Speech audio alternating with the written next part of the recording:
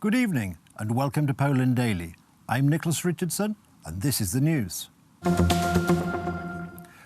The funeral ceremony of the 20 heroes of the January 1863 uprising, whose remains were recently discovered on Castle Hill in Vilnius, Lithuania, took place in the city today. The ceremony was attended by senior figures from Poland and Lithuania, including the presidents of both countries.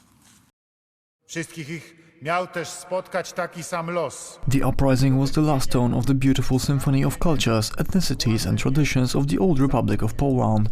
Throughout the 4 centuries from the first Polish-Lithuanian Union to the last partitions, one could hear several languages being spoken within its borders: Polish, Lithuanian, Russian, Yiddish and many others. Similarly, these languages were present during the 1863 uprising. For our freedom and yours, these words inspired all of our heroes in 4 different languages.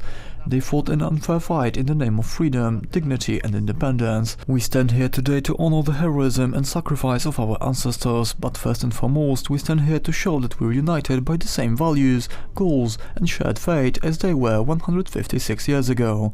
Today we honor their memory together, solemnly, as we are once again free, independent nations.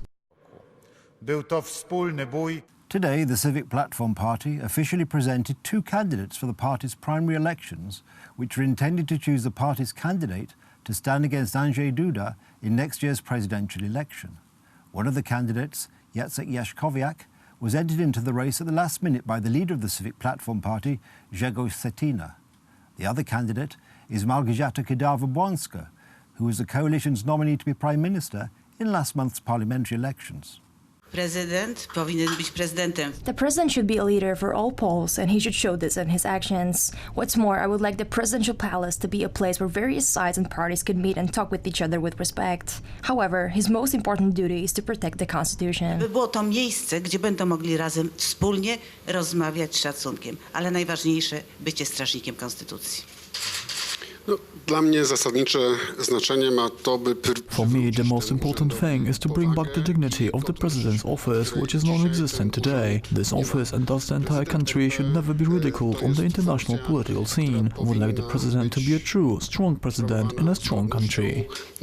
I w taki sposób, by nie ośmieszać tego urzędu. The 6th Congress of the Gazeta Polska clubs from the United States and Canada has begun in Orchard Lake, Michigan, with the participation of the president of the Gazeta Polska clubs, Ryszard Kapuściński, and the editor-in-chief of the Gazeta Polska newspaper, Tomasz Sakiewicz.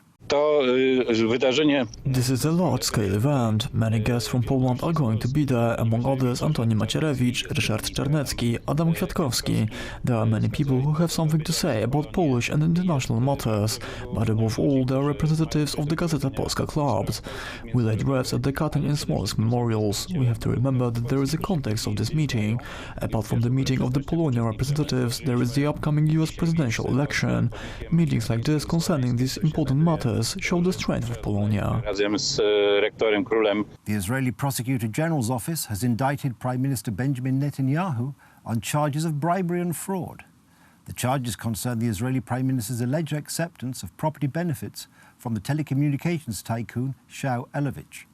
Netanyahu answered by claiming that police and prosecutors were engaged in a conspiracy to remove him from power and that he does not intend to resign.